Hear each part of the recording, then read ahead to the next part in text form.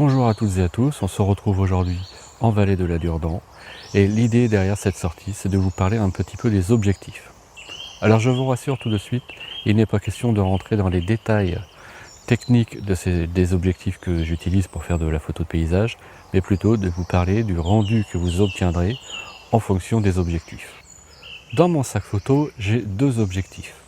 J'ai un 24-105 f4 qui est l'objectif que j'utilise le plus souvent.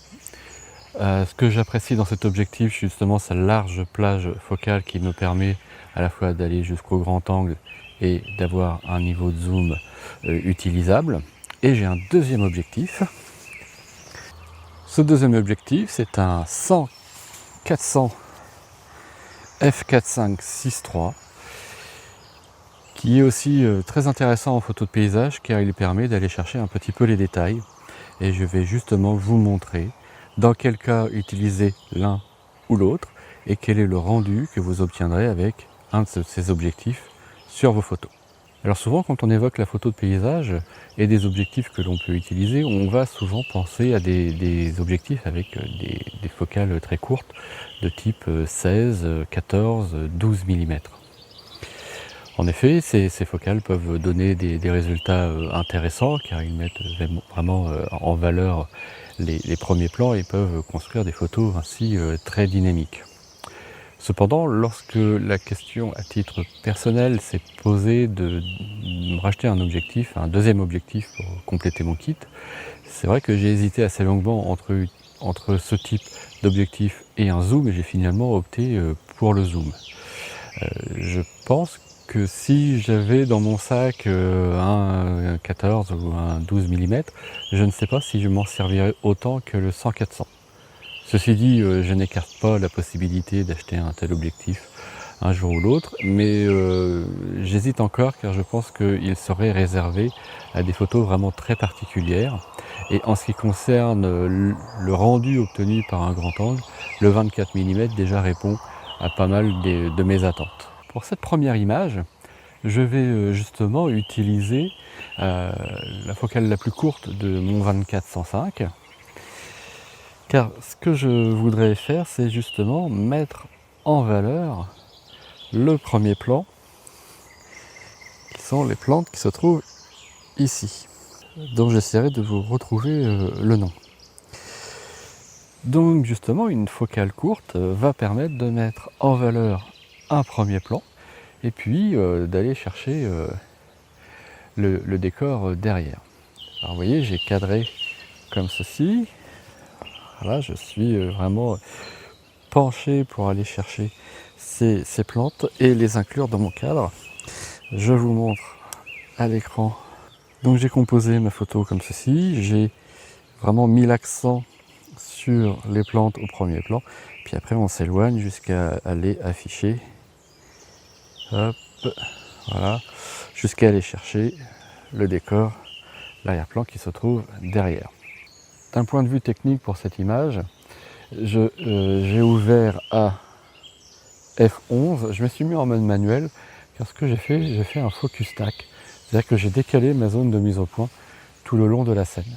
C'est-à-dire que j'ai fait une première photo vraiment sur le tout premier plan, une deuxième photo un petit peu plus loin, une troisième photo en décalant ma mise au point encore un petit peu plus loin et une autre photo en plaçant ma zone de mise au point sur l'arrière-plan.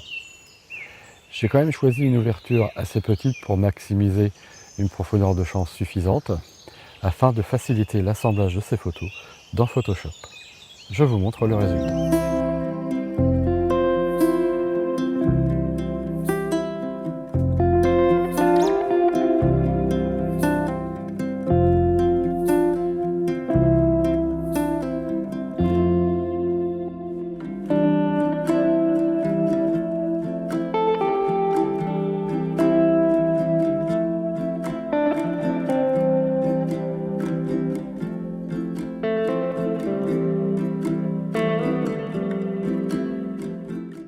Avant de vous parler d'une nouvelle image, je voudrais revenir sur les raisons de mon choix au niveau de mes deux objectifs. Eh bien, j'avais pas mal réfléchi avant l'achat du 100-400 éventuellement un 70-200, un 70-300. Mais ayant déjà un 24-105, l'inconvénient de ces deux focales, c'est j'aurais eu une zone de chevauchement. Si j'avais pris par exemple un 70-200, entre 70 et 100, j'aurais eu la même chose. Donc c'est la raison pour laquelle je me suis plutôt orienté vers un 100-400. Comme ça j'ai une continuité, j'ai un 24-105 et après j'ai un 100-400. Donc j'ai une plage de focales qui s'étend actuellement de 24 à 100.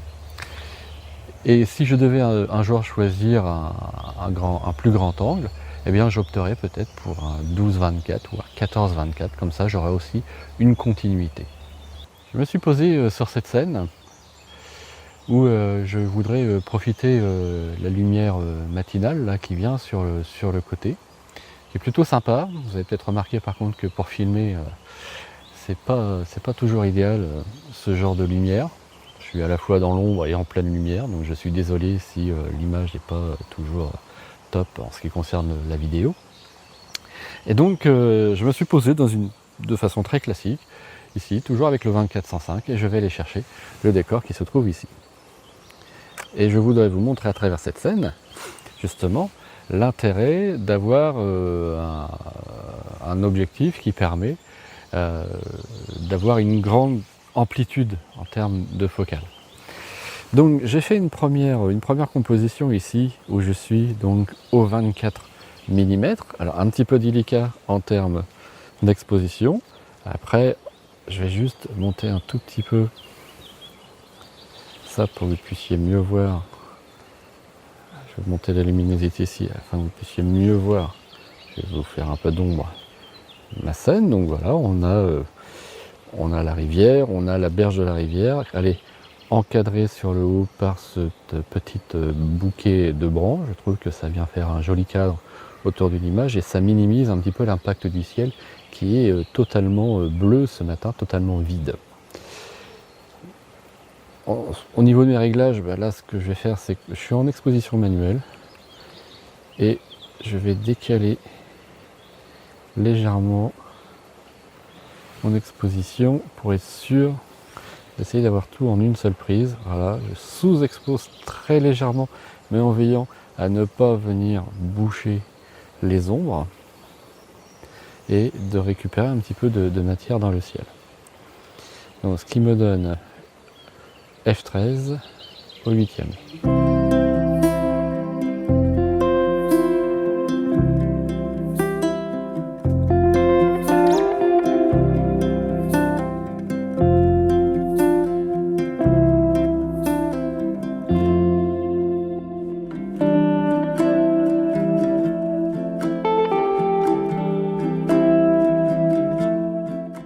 Ensuite, comme je vous le disais, je voudrais profiter justement d'avoir une bonne amplitude sur cet objectif pour aller chercher quelque chose d'un petit peu plus détaillé.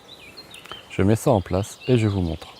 Je profite donc de la vaste amplitude offerte par ce 24-105 pour, sans bouger, trouver une nouvelle composition de la même scène. Donc j'ai cadré différemment cette image, j'espère que vous pouvez bien voir. Donc j'ai juste zoomé un petit peu plus, tout à l'heure j'étais au 24 mm, maintenant je suis à environ 50 mm. Donc j'ai pu aller chercher un petit peu plus de détails dans cette scène et trouver une autre composition, simplement en jouant sur la focale.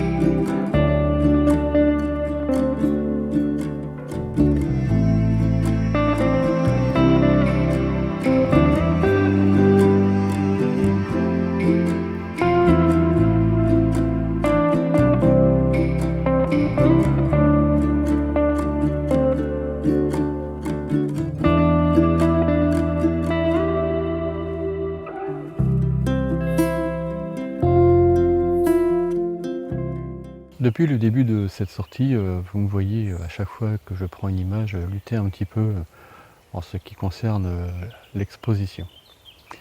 C'est vrai qu'une journée très ensoleillée comme aujourd'hui, en forêt, ce n'est pas l'idéal.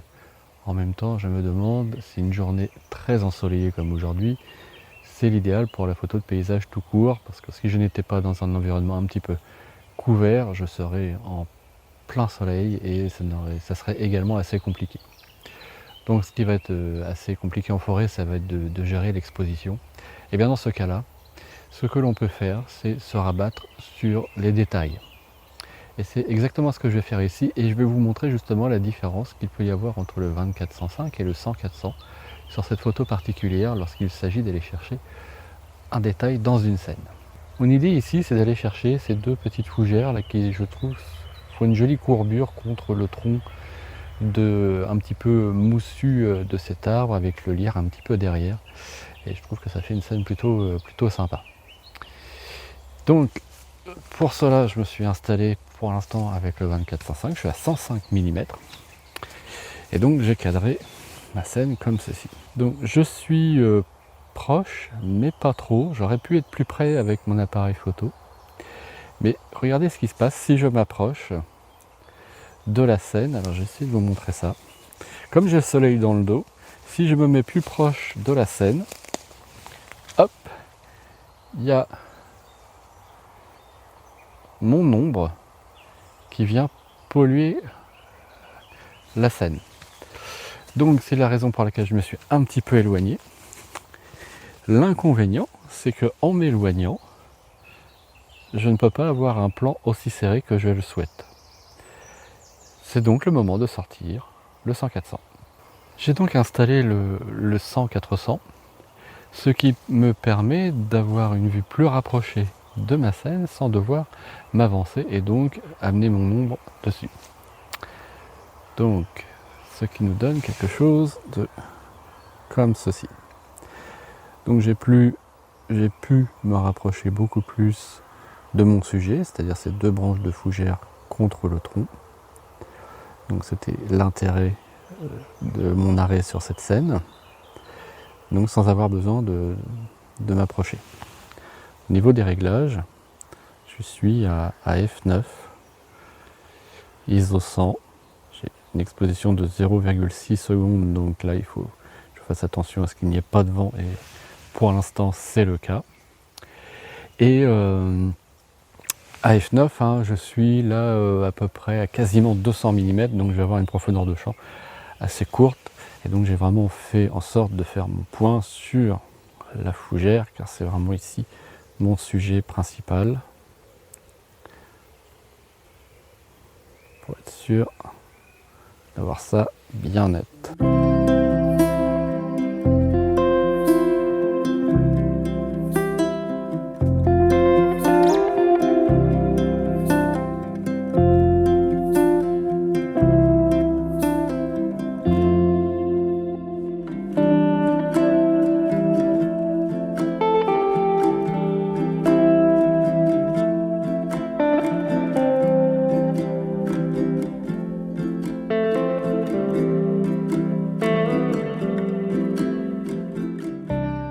Je suis de retour à l'endroit où j'ai fait la première photo de cette sortie. Je vous le rappelle, le sujet c'était quel objectif pour quelle photo. Eh bien je vous propose de décliner ce principe sur de futures vidéos. On va dire qu'aujourd'hui c'était quel objectif pour quelle photo en forêt. Et je vais, dans les semaines qui viennent, vous proposer le même principe dans d'autres environnements. J'espère que cette vidéo vous a plu, que les photos qui l'accompagnent également. Si c'est le cas, n'hésitez pas à mettre un j'aime. J'attends avec impatience vos commentaires, vos retours d'expérience. En attendant de vous retrouver pour une prochaine sortie, je vous souhaite une très belle semaine. À bientôt. Salut!